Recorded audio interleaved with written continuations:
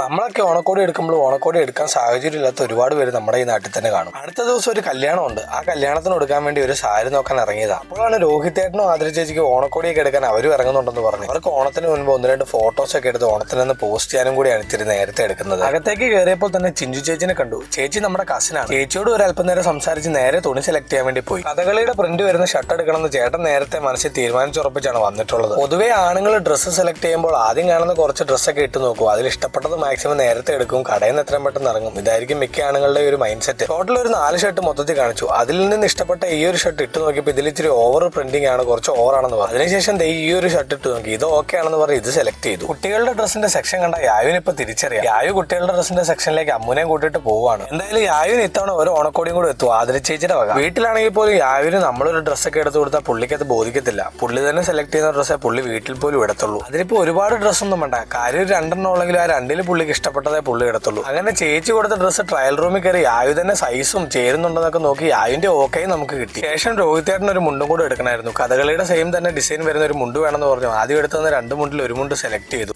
ഈ ഒരു മുണ്ടാണ് നമ്മൾ സെലക്ട് ചെയ്തിരിക്കുന്നത്. ചേച്ചി പറയുന്നത് ഈ ഡ്രസ്സ് യായുവിനൊക്കെ നന്നായി ചേച്ചിക്കാ ചേരുന്നതെന്ന്. ആകെ മൊത്തം ഒരു 15-20 മിനിറ്റ് കൊണ്ട് രോഹിതേട്ടന് ഷർട്ടും മുണ്ടും യായുവിന് ഒരു ഓണക്കോടി എടുത്ത് നേരെ ഫസ്റ്റ് ഫ്ലോറിലേക്ക്. ഇനിയാണ് യഥാർത്ഥ കഥ ആരംഭിക്കുന്നത്. ഒരു 4 മണിക്കൂറിന്റെ കഥ ഒന്ന് ചുരുക്കി പറയാം. വീട്ടിൽ നിന്ന് കൊണ്ടുവന്ന ബ്ലൗസിന് ചേരുന്ന സാരിയൊക്കെ മാറ്റിയും മറിച്ചും വെച്ച് നോക്കി. അങ്ങനെ നിരവധി നിരീക്ഷണങ്ങൾക്കൊടുവിൽ ഈ മെറ്റീരിയലും ഇതിന്റെ എന്തൊക്കെ കുറെ സ്പെക്സ് ഒക്കെയാണ് സെറ്റ് ആകുന്നത് എന്ന് പറഞ്ഞ് ഈ ഒരു സാരി നമ്മൾ സെലക്ട് ചെയ്തു. ശേഷം ചേച്ചിക്കുള്ള ഡ്രസ്സിന്റെ സെലക്ഷൻ ആയിരുന്നു. ആദ്യം ഒരു പാവാടയും പിന്നെ ഒരു ധാവണി പോലത്തെ ഒരു സാധനമൊക്കെ കൊടുത്ത് നോക്കിയെങ്കിൽ ഇഷ്ടപ്പെട്ടില്ല. പിന്നെ വേറെ എന്തൊക്കെയോ ചേച്ചി മാറി മറിച്ചൊക്കെ ഇട്ട് നോക്കി. എന്തായാലും ട്രയൽ റൂമിന്റെ പുറത്തേക്ക് ഇറങ്ങി വരാത്തതുകൊണ്ട് ഞങ്ങൾക്ക് ഏതൊക്കെ ഡ്രസ്സൊന്നും കാണാൻ പറ്റില്ല. ചേച്ചി തന്നെ ഉള്ളിൽ നിന്ന് ഇട്ട് നോക്കി ഇഷ്ടപ്പെട്ടു. അതിലൊരെണ്ണം സെലക്ട് ചെയ്തു. ഈ ഒരു ഡ്രസ്സാണ് എടുത്തുകൊണ്ട് പോയത് ലാസ്റ്റ്. ഇതാണ് ഫൈനലൈസ് ചെയ്തത്. എല്ലാം കഴിഞ്ഞിട്ട് ബിൽ പേയ്മെന്റിന് വേണ്ടി പുറത്തേക്ക് നടക്കുന്ന സമയത്ത് ആ ഒരു ഗ്യാപ്പിൽ റാക്കിലിരിക്കുന്നതും കൊട്ടയിലിരിക്കുന്നതും ബാസ്ക്കറ്റിലിരിക്കുന്നതായിട്ടുള്ള സകലമായ ഡ്രസ്സും പുള്ളിയെടുത്ത് നോക്കുന്നുണ്ട്. ഇടയ്ക്ക് 1-2 ഡ്രസ്സൊക്കെ എടുത്ത് വെച്ച് എന്നെ കാണിക്കുന്നുണ്ട്. എനിക്ക് ചേരുന്നില്ല, ഇത് എങ്ങനെയാ ബാക്കി കാര്യങ്ങളെന്നൊക്കെ ചോദിക്കുന്നൊക്കെ ഉണ്ട്. പിന്നെ ഒരു നേരത്തെ അവിടെ നിന്ന് പറഞ്ഞ് സെറ്റിൽ ചെയ്ത് കൗണ്ടറിൽ വന്നു. ഈ സമയം കൊണ്ട് യായു ഇതിന്റെ ഉള്ളിൽ കൂടെ എല്ലാം ഓടിക്കളിച്ച് ശരിക്കും എടുത്തു. യായു പോയി രോഹിതേട്ടനെ ആതിര ചേച്ചിയും കൂടെ ഫ്രണ്ടിൽ വെയിറ്റ് ചെയ്യുന്നുണ്ട്. പിന്നെ ഈ ഒരു സ്ഥലത്ത് ബില്ല് അടച്ചിട്ട് നമ്മുടെ പ്രൊഡക്റ്റും കളക്ട് ചെയ്ത് നേരെ പുറത്തേക്ക്. നമ്മളിത് വന്നിട്ടുള്ളത് പവിത്ര സിൽക്സിലാണ് കേട്ടോ.